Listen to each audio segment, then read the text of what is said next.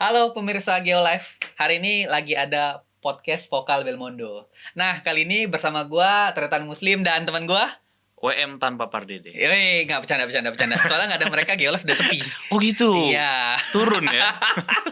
Nah, hari ini kita kedatangan tamu dari politisi muda P3. Siap. Assalamualaikum. Oke, perkenalan dong, namanya siapa? Nama saya Wan Muhammad Ilham. Dipanggilnya WM atau dipanggil Ilham. Tapi jarang yang manggil gue WM. Ilham bro sebenarnya. Ilham, kenapa? Pasaran. Pasa.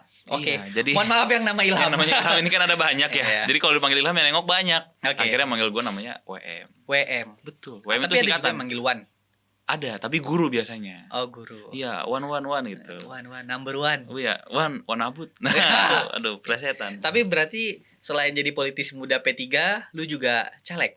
Betul. Jangan kampanye, belum boleh. Oh, tidak boleh di sini. Nggak boleh, belum boleh. Padahal tujuan saya ke sini itu, Pak.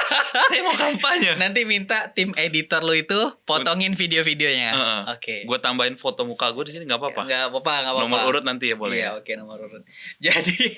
Jadi Wan ini adalah politisi muda P3 dan kebetulan nyalek lah ya. Betul. Oke. Dan Wan ini juga seorang politisi muda yang umurnya masih 23 tahun. Yes, Gen Z. Gen Z. Yes. Terus berani nyalek. Ya, modal Oke. nekat. Modal nekat. Ya, Pak. Modal orang tua gimana? Modal juga, Pak. Modal juga orang tua. Kena juga, Pak. Modal, Pak. Oke. Modal saya juga kena, Pak. Cuman gue langsung masuk ke topik-topik lah ya. Oke. Dan gue sebenarnya ingin bahas sesuatu yang lebih jenaka dan menarik ya. Soalnya kan kalau kita perhatiin sosmed itu apa-apa ditanya tentang politisi muda, anak muda, jawabnya serius, Benar. kaku. Terus ya nggak ada yang nonton lah ujung-ujungnya. Betul. Cuman gue penasaran aja juga sebenarnya malu kenapa gue bisa undang itu ya. Karena kan kita nggak bisa bohong ya. Politik tanpa modal itu Bullshit. bullshit. Oke. Dan pasti modalnya gede. Iya. Apalagi yang gue perhatiin dari sosmed lu itu ada apa namanya, Apa itu? gambar gede itu. Oh, billboard. Billboard. Kalau Kalau lu- Photoshop Pak itu, Pak. Oh, Photoshop. Betul. Oke. Editan sebenarnya. Editan sebenarnya. Cuman dan lu gue lihat itu juga keliling-keliling daerah tuh, ketemu Betul. sama masyarakat ya. Menurut lu nih Wan, kalau misalnya banyak politisi muda lain yang pengen nyalek, yang Gen Z lah ya, Mm-mm. apa yang lu lakukan itu kan sebenarnya menjadi sebuah tantangan bagi mereka ya. Mm-mm. Dan gua nggak tahu nih, apakah lu bisa ngasih tips ke teman-teman yang mau nyalek lah, yang umurnya masih Oh. muda juga. Tips nih ya. Ya, tips.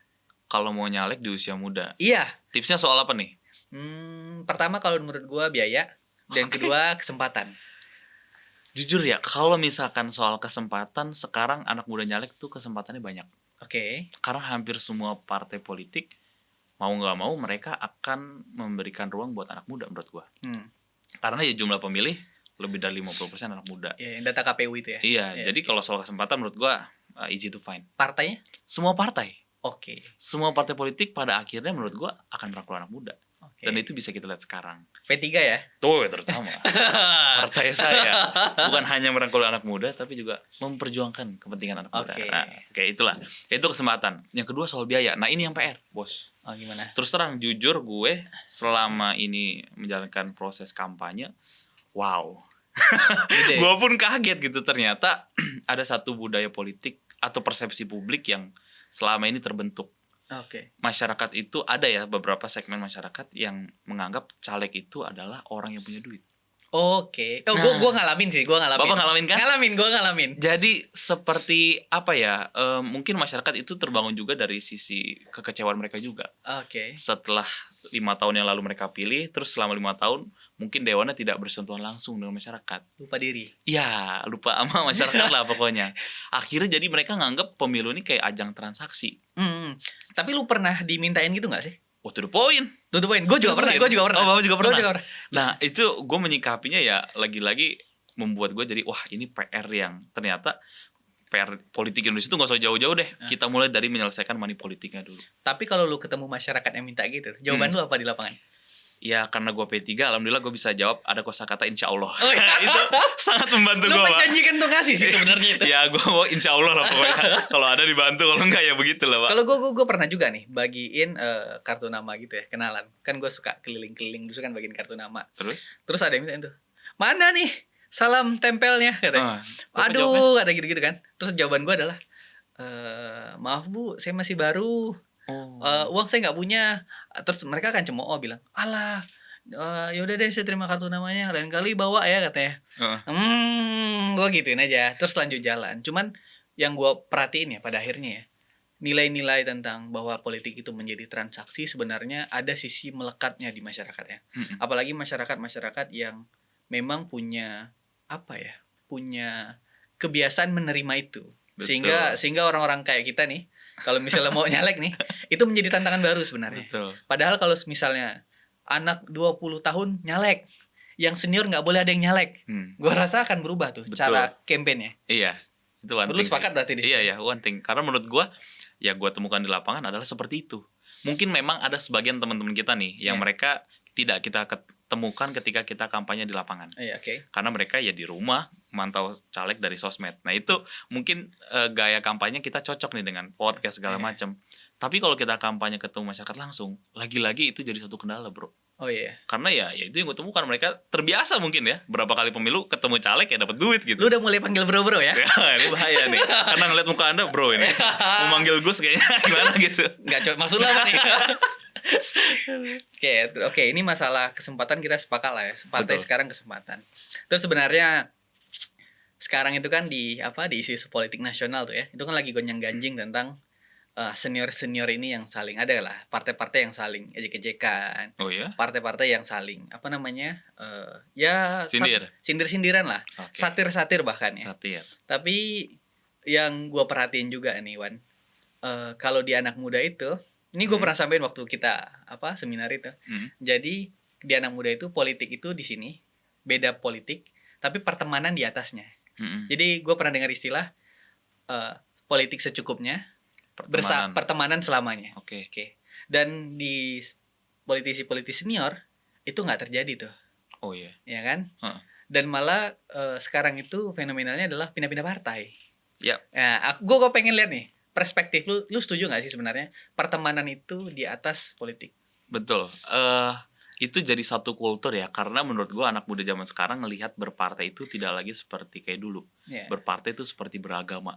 Oke. Jadi ketika lu pindah partai lu kayak pindah agama. Itu jadi hal-hal yang sensitif banget. Iya. Tapi sekarang berpartai itu kayak lu pindah kerja kantoran aja. Oh iya. Karena ada satu mental menurut gua yang terbentuk di anak muda, yaitu reward first, process later. Oke. Itu kenapa salah satu alasan kenapa pay later tuh laku.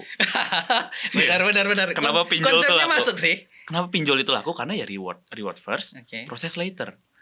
Kenapa zaman sekarang orang itu terbentuk begitu? Karena menurut gua hampir semua aspek kehidupan kita itu tuh sekarang jadi lebih mudah.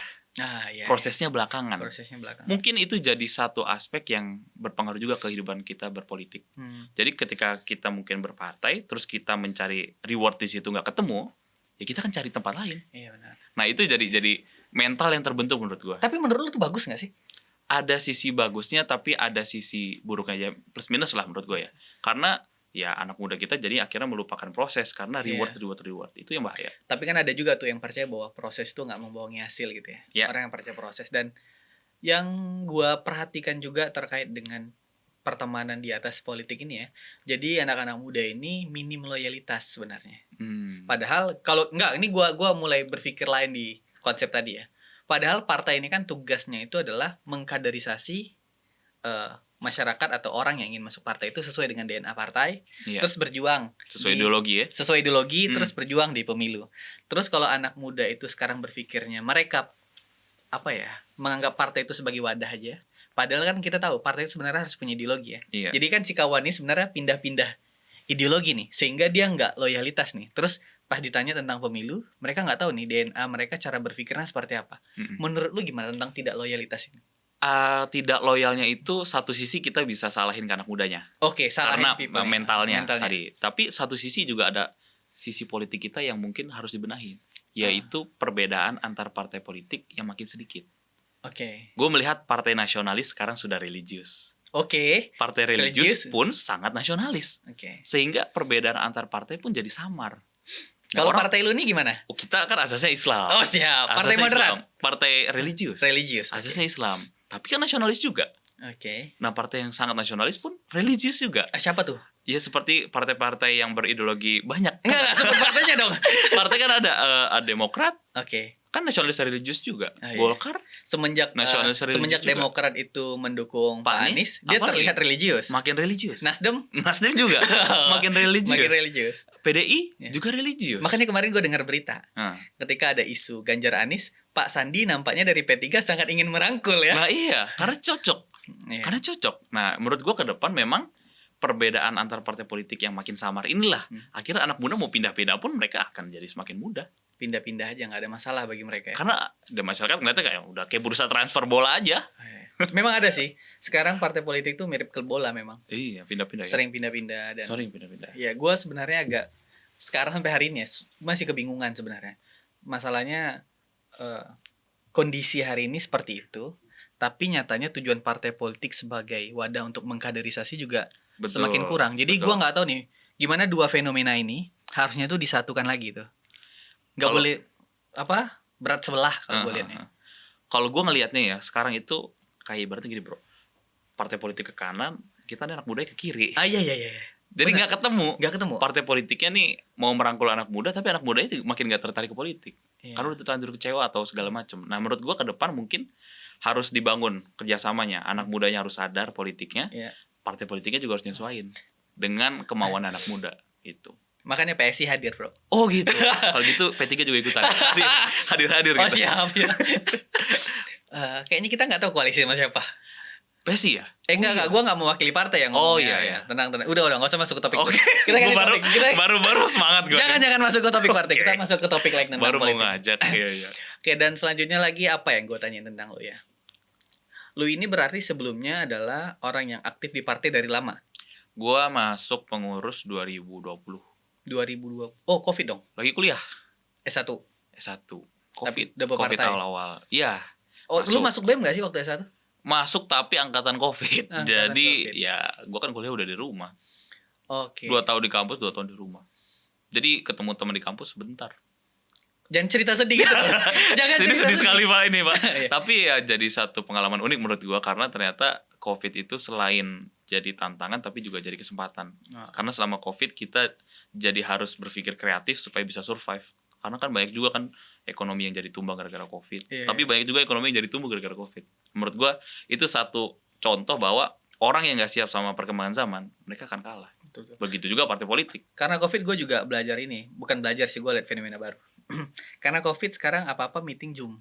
Iya, Sampai ke DPR Zoom. betul. Gak bisa hadir, bisa digantiin sama Zoom. Betul. Dan Jadi- sekarang AI itu ada yang bisa menggantikan orang datang meeting. Oh iya. Iya, jadi kalau orang nggak bisa datang meeting nih, ada kalau nggak salah ya, satu AI itu dia bisa gantiin orang datang meeting, terus dia bisa kasih catatan selama meeting itu minute of minute-nya apa aja. Oh gitu. Iya, jadi mungkin ke depan ya orang akan meeting makin sedikit kali ya. Politisi muda mungkin masih bisa main AI ya. Iya. Yang senior ini Nah, mungkin ini mungkin repot ya. Ini repot. Dan ke depan memang gue lihat anak-anak muda ini kenapa harus melek politik ya? Karena yang tahu perkembangan zaman segini cepatnya itu anak muda. cocok lu jadi jubir P3 Ngeri. gua rasa. Masuk. Kenapa P3 belum ini ya? Belum Ampun. lirik lu ya? Ampun. Pak ampun. Sandiaga. Ampun. Ini Pak dilihat Pak. Ampun. Ampun. Jadi memang gue melihat ke depan kalau kita anak muda yang gak speak up soal itu sayang banget. Sayang banget. Gue melihat ya kita belajar dari brand-brand terkenal. Starbucks. Gue belajar dari perkembangan Starbucks. Ternyata Starbucks itu dia bukan cuma sekedar kopi. Bukan cuma sekedar kafe. Starbucks itu sekarang lebih seperti bank. Tahu nggak kenapa bro? Kenapa tuh? Karena jumlah pelanggan loyal mereka itu banyak dan mereka manfaatin sehingga mereka bikin aplikasi. Orang deposit ke situ, terus beli kopi lewat aplikasi mereka. Gue pernah tuh download aplikasi Starbucks tuh. Aplikasi Starbucks punya kan? Punya Nah, gua. karena jumlah penggunanya loyal, naruh duit di deposit situ, terus kemudian belanja di Starbucks, kan duit yang kita deposit di situ nggak akan bisa ditarik tunai lagi. Iya nggak akan bisa. Hanya bisa dipakai buat beli kopi. Beli kopi. Iya. Nah, benar. jadi sekarang Starbucks itu katanya udah bisa dibilang salah satu bank terbesar di Amerika. Jadi lu suka Starbucks? Gue suka Starbucks dan ternyata Iya. ya selama ini kita lihat secara kasat mata aja Starbucks itu tempat kopi. Padahal manajemennya udah seperti bank. Oh. Dengan begitu. Gua baru tahu. Dan ternyata hal itu dilakukan oleh Starbucks karena mereka sangat memahami customer behavior mereka, perilaku konsumen. Nah, dalam hal ini partai politik modern kalau mau survive, mereka harus paham karakter behavior dari pemilih mereka. Dan itu harus berbasis data. Oke, maksud lu adalah partai politik hari ini itu sebenarnya harus memahami apa keinginan customer gitu ya. Betul. Apa keinginan masyarakat sebenarnya. Betul. Cuman betul. kan kalau lu perhatikan juga partai politik kita ini kan kayak lembaga privat, Bro. Itu jadi dibanding satu lembaga kritik. Publik. Betul, itu jadi Ya kan? satu kritik, iya. Kan bisa aja misalnya kalau lu bicara tentang behavior si customer ya. Kita bicara tentang partai politiknya juga nih. Ada, Bro, ketum selamanya. Itu. Padahal kalau kita lihat brand-brand besar mereka udah ganti CEO berapa kali. Kalau P3 kan ketumnya diganti, cuman memang lengser. Tapi kan proses demokratis. Iya, proses demokratis. demokratis. Memang ketumnya nggak selamanya, cuman diganti lengser. Ya boleh lah bisa. Cuman menurut gua partai politik yang masih menunjukkan dirinya sebagai lembaga privat ini menjadi masalah juga sampai hari ini, karena bermasalah kan undang-undang partai politiknya juga tuh. Anak muda sekarang kalau gua perhatiin memang bicara kesempatan untuk yang lebih spesifik, nyalek misalnya, kesempatan yang lebih spesifik ikut pilkada walaupun ada batas umur ya. Tapi secara keseluruhan yang gue perhatiin itu partai politiknya masih belum bisa mentransformasi dirinya sendiri untuk menjadi partai politik terbuka. Betul. Ya. Betul. Gue melihat memang ini kalau kita otokritik ya, melihat politik di Indonesia itu negara demokratis, tetapi di dalam internal partai politiknya belum terlalu sedemokratis negaranya. Iya betul. Gue sepakat istilah itu. Ya nggak sih? Iya benar. Nah itu mungkin PR kita nih anak muda nih buat masuk politik rame-rame supaya membuat partai politik kita masing-masing jadi lebih demokratis. Kalau ada 100 Wan ya, terus ada 100 Belmondo dan teman-teman yang lain. Betul. Hal yang pertama dilakukan adalah revisi undang-undang partai politik agar lebih demokratis. Pak, P3 ya, jangan sepakat nih. Sekarang gue tarik aja ke P3. Iya boleh. Itu menurut gue ide yang bagus ya. Karena semakin demokratis, semakin bebas kita berpendapat, ya anak muda menurut gue akan semakin tertarik masuk politik. Gue juga sepakat tuh. Gue pernah riset lah, ketemu gitu ya. Jadi kalau memang kita bicara tentang politik anak muda, tentu politik anak muda ini kan semangatnya semangat demokratis nih. Iya. Semangat kebebasan, keterbukaan. Yang ya udah terbuka aja, nggak usah tertutup gitu ya. Apalagi kalau diperhatiin itu yang gue baca tadi barusan, itu partai politik itu tidak memenuhi 3 hal tuh. Pertama itu tidak ada pemilihan, tidak ada semacam benchmark gitu supaya ketum partai itu dipilih secara terbuka. Kan di kita tidak seperti pemilu ya. Tidak seperti pemilu ketum partainya. Terus yang gue perhatiin juga itu tidak ada kebijakan partai politik yang dilakukan secara terbuka. Misal FGD terbuka gitu tentang kebijakan partai politik. Terus nggak ada juga itu tentang, kalau nggak salah gue adalah pemilihan pejabat publik oleh partai politik untuk eksekutif sama legislatif terbuka. Secara terbuka. Ya kan? Contoh misalnya ada partai politik nih masukin nama menteri atau wakil menteri gitu ya. Partai politik nggak pernah buka di publik gitu. Kami mau mengajukan dia sebagai menteri. Gimana pendapat masyarakat? Akan nggak pernah. Tiba-tiba aja beliau-beliau ini semua jadi menteri. Oh siap, respect. Tiba-tiba kan gitu. Menurut gue malah tugas anak muda itu menjadi lebih berat tuh. Karena melihat banyak sebenarnya sistem yang nggak terbuka dan kita berharapnya seharusnya terbuka gitu. Dan gimana bilangnya? Mungkin itu menjadi tolak ukur lah kalau misalnya anak muda itu mau masuk politik. Tapi kira-kira lu sepakat kan dengan ide itu? Gue melihat salah satu tugas anak muda masuk politik adalah membuka pintu-pintu yang tertutup. Selalu ngeri pak. Masuk ke bawah. Bisa dipotong ya. Bisa dipotong editor. Bisa dipotong. Membuka pintu-pintu ruang negosiasi yang selama ini tertutup. Sehingga masyarakat bisa melihat prosesnya sebelum ada keputusan itu kayak apa. Nah itu yang harus diadarkan ke publik. Karena selama ini masyarakat itu ya bawaannya curiga terus. Ngelihat politisi itu curiga terus. Apalagi lihat nyalek jalan. Nah, duit. Itu udah bawaannya curiga terus kan. Nah, tugasnya kita politisi ini untuk membuka semuanya jadi lebih transparan. Oke. Mengurangi intensitas curigaan masyarakat itu. Baru datang ke bawah orang udah curiga. Iya, trust issue kalau gue bilang. Malah sekarang ini karena ketanam di pikiran gue ya. Kalau ada politisi muda lagi turun, belusukan atau pikiran kita kan pasti beliau ini anak siapa nih? Itu yang terbentuk. Yang terbentuk gitu. Betul. Dan nyatanya memang persepsi publik sekarang anak politisi muda pun curiga gitu. Bukannya berharap. Dia anak siapa ya? Seharusnya kan cara berpikirnya, wih masih muda nih. Apa nih gagasan yang ditawarin? Kan kita lebih gini Bu, kalau saya jadi DPRD sih sebenarnya ada beberapa program yang saya pikirin. Misalnya BPJS gratis misalnya kan. Misalnya sembako murah ya. Ekonomi hijau. Ekonomi hijau. Gagasan kita Pak. Gagasan P3. Maksudnya ketika politisi muda itu turun, itu yang dibicarakan. Nah, selama ini ya belum terjadi menurut gua. Belum terjadi. Di lu merasakan juga? Gua merasakan bahwa ketika gua turun ke masyarakat, topik utamanya bukan ide dan gagasan. Bukan ide. Tapi hal yang konkret di depan mata. Jadi kadang-kadang percakapan antara anak muda dengan masyarakat itu nggak nyambung. Itu bagi kita politik itu di sana bukan di sini. Tapi bagi masyarakat politik itu di sini bukan di sana. Nah itu yang bikin kita kadang-kadang mau nggak mau akhirnya jadi berpikir realistis apa yang di depan mata.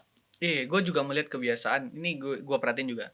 Gue melihat kebiasaan itu partai politik sekarang itu dia dekat sama kekuasaan, jauh sama masyarakat. Dekat banget sama kekuasaan kayaknya. Padahal yang gue perhatiin tuh harusnya, karena fungsi partai politik itu kan wadah serap aspirasi masyarakat, edukasi politik, terus jadikan itu hulu dan hilir sebuah aturan sehingga itu support mereka gitu ya. Tapi hari ini gue perhatiin partai politik itu bergeser kepada pemerintah, terus agak jauh kepada masyarakat yang harusnya aspirasi masyarakat tuh disedot tuh, supaya jadi aturan pemerintah. Dan itu terjadi tuh. Nah, yang gue perhatiin juga politisi nggak tahu lah ya salah atau benar ya, tapi politisi muda itu sebenarnya ingin menarik kembali tuh marwah bahwa partai politik itu harus dekat sekali dengan masyarakat. Makanya kalau lu perhatiin tuh yang rajin belusukan, ini maaf aja yang senior, memang yang muda lebih sering belusukan dan lebih punya tenaga lebih punya tenaga sih lebih tepat untuk mendengarkan. Dan gua rasa itu menjadi tantangan juga mau tua mau muda. Betul. Ya, kayak yang tadi gue bilang ya, bahwa salah satu hal yang gue perjuangkan di politik ini adalah bagaimana supaya partai politik itu sangat mengenali their customer behavior, pemilih behaviornya mereka. Lu mau bangun apa kayak startup gitu ya? Ibaratnya seperti itu. Karena kalau kita belajar dari brand-brand besar, kenapa mereka sukses? Karena mereka tahu persis perilaku orang yang beli produk mereka. Nah, bayangin kalau partai politik sangat memahami perilaku pemilihnya. Menurut gue itu akan jadi satu budaya politik yang bagus. Lu berpikirnya partai politik itu harus mengikuti perkembangan masyarakat ya? Betul. Tapi kalau misalnya partai politiknya punya punya ketentuan yang nggak bisa masyarakat diikuti, tapi masyarakat yang harus mengikuti mereka, gimana? Itu sama kayak jualan jas hujan di gurun pasir. Nggak produk market fit. Misalkan 60% anak muda, ya harus punya datanya partai politik. Anak muda ini sukanya apa, butuhnya apa. Nah, partainya harus nyesuaiin itu, bukan kebalik. Partainya memperjuangkan apa, terus kita masyarakatnya jadi ngikutin mereka gitu. Nah, itu satu budaya politik yang harus kita create. Nah, ini gue ada pikiran yang mengganggu pikiran gue nih. Seharusnya kan partai politik itu juga punya DNA ideologis ya. Contoh misalnya partai Islam, ideologisnya Islam, terus kampanye tentang Islam ya. Terus ada partai politik misalnya sosial demokrasi, bahasnya tentang welfare, tentang kesejahteraan. Ada partai politik tentang kapitalisme misalnya, kepentingan pengusaha. Jadi partai politik ini punya ideologinya masing-masing. Menurut lu nih, apakah partai politik yang punya 3 DNA tadi harus mengubah DNA-nya untuk menggait anak muda, atau memang mereka terus mengkampanyekan itu terus berulang-ulang sehingga anak muda sendiri yang akan memilih partai pilihan mana nanti yang sesuai dengan ideologi mereka? Menurut gue kuncinya ada pada gaya komunikasi. Bukan pada ideologi berarti ya? Bukan. Karena ideologi itu sebetulnya kalau mereka bisa menyampaikan pesannya dengan baik, menurut gue akan cocok. Seperti contoh. Ini mulai kampanye nih. Ini mulai kampanye. Boleh ya? Boleh saya kampanye ya. Ini tujuan utama saya kampanye. Siap. Editor jangan lupa dipotong. Nah, jadi sebagai contoh misalkan gue asasnya Islam. Terus bagaimana kita bisa menyampaikan soal kesejahteraan? Emang nyambungnya apa Islam dengan kesejahteraan? Nah, di situ peran P3 harus muncul menjelaskan. Tahu nggak teman-teman bahwa ketika Nabi Muhammad hijrah dari Mekah menuju Madinah, yang kedua dibangun setelah masjid adalah pasar. Karena Nabi Muhammad percaya bahwa ekonomi, kesejahteraan jadi hal yang sangat penting buat masyarakat. Karena kalau ini nggak ada, ketimpangan sosial, kriminalitas itu yang akan tumbuh. Jadi kalau mau membentuk satu masyarakat yang madani yang bagus, itu ya kesejahteraan harus dijamin. Nah, pesan itu harus sampai tuh ke masyarakat. Nah, tergantung gaya komunikasi kita. Nah, itu PR-nya. P3 tolong. Ini ada jubir bagus banget ini. Ampun.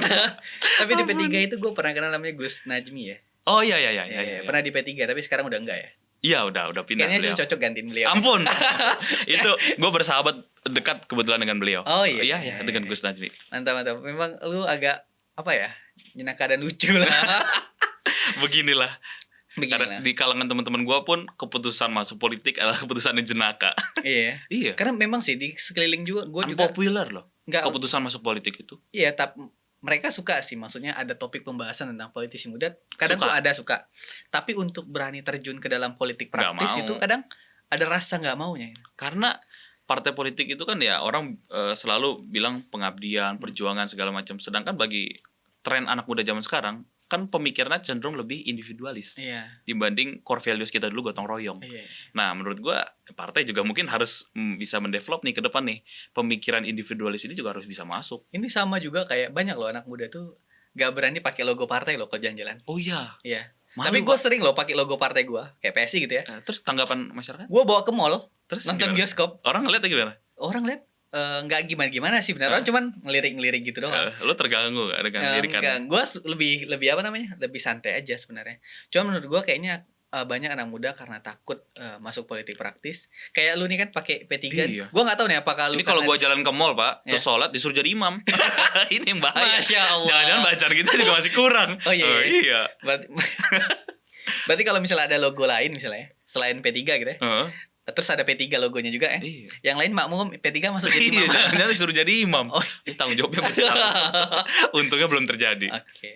Berarti lu di mana Lek? Tangerang. Di Kota Tangerang, DPRD Provinsi Banten, Dapil Kota Tangerang. Oh, Kota Tangerang ya. Yes. Dan ini pengalaman pertamanya Lek lu. Pengalaman pertama iya, itu jadi pembelajaran yang luar biasa menurut gua.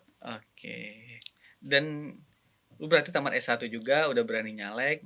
Di Kota Tangerang itu provinsi Banten. DPRD Provinsi Banten. Oh iya, oke. Keren Nomor banget. urut 1. Jai. Nggak boleh ya? Nggak boleh. Udah terlanjur? Ya, bagaimana? Nanti dipotong. Oh iya, dipotong. Saya tidak mengajak memilih, Oke. hanya berharap didoakan sambil dipilih. Jadi waktu tolong kalau di larangan namanya? Milih itu kan kampanye kan dilarang ajak memilih ya. Iya, jadi tidak boleh jangan mengajak. Ayo pilih saya itu kan nggak boleh ya. Nggak boleh. Tapi kalau ayo doakan saya gimana? Boleh. Boleh ya? Iya, kalau teman-teman Kota Tangerang mendoakan saya jadi dewan, boleh. Ya boleh. Atau saya berharap dipilih oleh teman-teman Kota Tangerang, boleh. Dipilih, kalau ngajak milih nggak boleh ya? Ngajak milih nggak boleh. Contohnya, pilih dong Wan Muhammad Ilham, nggak boleh. Itu contoh. Itu contoh ya. Hampir.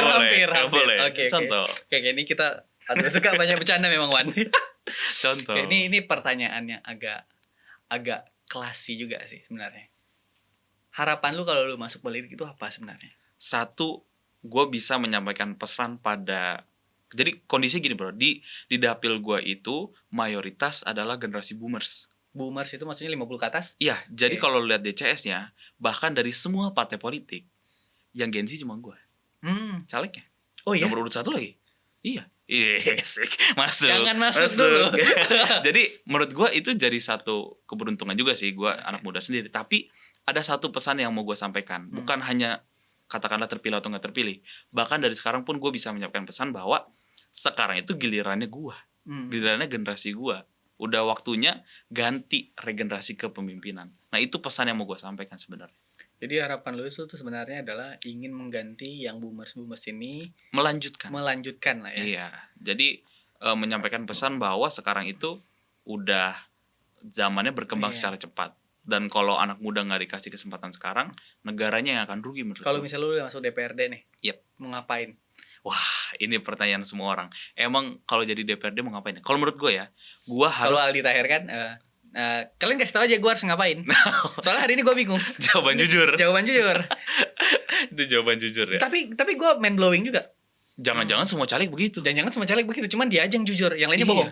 Bisa jadi loh. Enggak, gue nggak tahu ya, bisa jadi. Iya kan, bisa siapa tahu. Cuman pertanyaan gue lempar nih. Kalau lu masuk DPR, gue sih menaruh kritik ya bahwa anggota DPR, anggota DPRD itu tugasnya kan tidak ada yang bersentuhan langsung dengan masyarakat. Cuman pengawasan, penganggaran, bikin kebijakan. Itu nggak ada yang nyentuh masyarakat. Sehingga kalaupun mereka jadi nih, mereka kan dianggap ninggalin masyarakat gitu aja. Karena cenderung nggak ketemu masyarakat lagi. Nah, jadi kalau gue jadi anggota DPRD, harus ada satu tugas pokok fungsi yang gue jalankan di luar 3 itu. Oke, menambahkan satu tugas fungsi di luar 3 itu. Jadi yang bukan berarti gue mengubah aturan ya, karena itu terlalu besar. Tapi inisiatif gue pribadi yang harus lebih sering bersentuhan langsung dengan masyarakat. Karena kalau itu nggak dilakukan, orang akan menganggap gue lupa. Iya, benar. Meninggalkan pemilih. Mungkin DPR ini kan punya DPR atau legislatif lah gitu ya. Itu kan punya reses tuh ya. Kesempatan untuk ketemu masyarakat, tapi ada beberapa waktu tertentu ya. Iya, itu. Jadi bagus skalain 3 fungsi anggaran, pengawasan kebijakan, tambah fungsi baru. Iya. Fungsinya ketemu masyarakat, serap aspirasi, tapi bukan reses. Reses ada waktunya. Iya. Ini lebih banyak apanya? Lebih spesifik. Sesuai dengan komisi mereka. Bahkan harusnya anggota DPRD itu di masa depan gue melihatnya harusnya mereka ikut mengeksekusi programnya pemerintah, programnya eksekutif. Jadi fungsinya semi eksekutif. Tapi itu biasa sih legislatif begitu. Karena kalau lu perhatiin ya, ini agak gue potong sedikit. Eksekutif aja kerjanya macam legislatif kok. Contoh ya, contoh. Ada juga yang begitu. Contoh. Presiden itu bisa buat perpu. Iya. Ini legislatif nih fungsinya kan. Presiden menjalankan undang-undang ya eksekutif. Betul. Presiden bisa buat amnesti, membatalkan keputusan pengadilan. Yudikatif dia. Jadi satu lembaga menjalankan fungsi lembaga lain itu sebenarnya biasa. Tapi legislatif ini kan fungsinya masih fokus pada legislatif, Betul. belum terlalu banyak mengambil fungsi eksekutif. Iya, tapi menurut gue itu ide menarik. Problemnya adalah kita dipilih masyarakat. Dan itu kan jadi tanggung jawab. Akhirnya kayak lu udah dipilih, lu berbuat apa nih ke gua? Nah. Akhirnya transaksi itu nggak terjadi selama 5 tahun mereka menjabat. Transaksi itu terjadi ketika pemilu. Iya. Nah itu yang jadi money politik. Oke, menarik. Ke depan mungkin gue berharap ya anggota DPRD di masa depan itu harus berpikir di luar 3 tupoksi mereka. Oke. Harus ada inisiatif pribadi buat handle isu yang mereka usung. Oke, Wan, dan apa ya gue sangkapnya? Ide lu menarik sih sebenarnya. Dan ide gue menarik. Bergabung dengan P3? Enggak. Mohon maaf, gue udah punya. Kira menarik ya? Menarik. Saya cukup menarik untuk gue puji aja. Oh gitu. Ya. Soalnya punya gue lebih menarik juga. Oh gitu. Konkret, BPJS gratis. Oh iya, boleh. Ya kan? Sembako murah kan relatif itu. Boleh. Gue nggak mau kritik. Cuman ya kita udah masuk pada penyelesaian podcast hari ini. Dan memang gue bisa tarik kesimpulan adalah P3 juga banyak Gen Z yang nyalek. Salah satunya dirimu. Wan Muhammad Ilham. Dan gue mempertanyakan juga kenapa P3 masih gak melirik dirimu. Emang gak melirik ya? Melirik dong, kan melirik kasih nomor urut 1 bentuk lirikan P3. Betul. Karena lu sebelumnya kan kerja di oh iya. Mungkin satu faktor. Dan dari gue memang mau ngucapin makasih udah mau datang. Sama-sama. Cuman dari gue, lu boleh silakan nih sampaikan gimana tanggapan lu, pikiran lu atau apapun kepada anak-anak muda yang mau nyalek, dikasih semangat kali. Oke, silakan. Buat teman-teman muda yang mau nyalek. Iya. Buat teman-teman muda di luar sana yang masih berpikiran untuk nyalek, menurut gua cobain karena politik itu candu. Yeah. Nikmat Pak. Gini gitu, Pak. Mantap. Ini iklan kopi apa ya? Oke, tapi makasih banyak Wan. Thank you. Terima kasih udah banyak datang di podcast. Gus Belmondo. Udah resmi jadi Gus ya? Iya, boleh. Gus Belmondo. Silakan pemilih-pemilih P3 pindah ke PSI.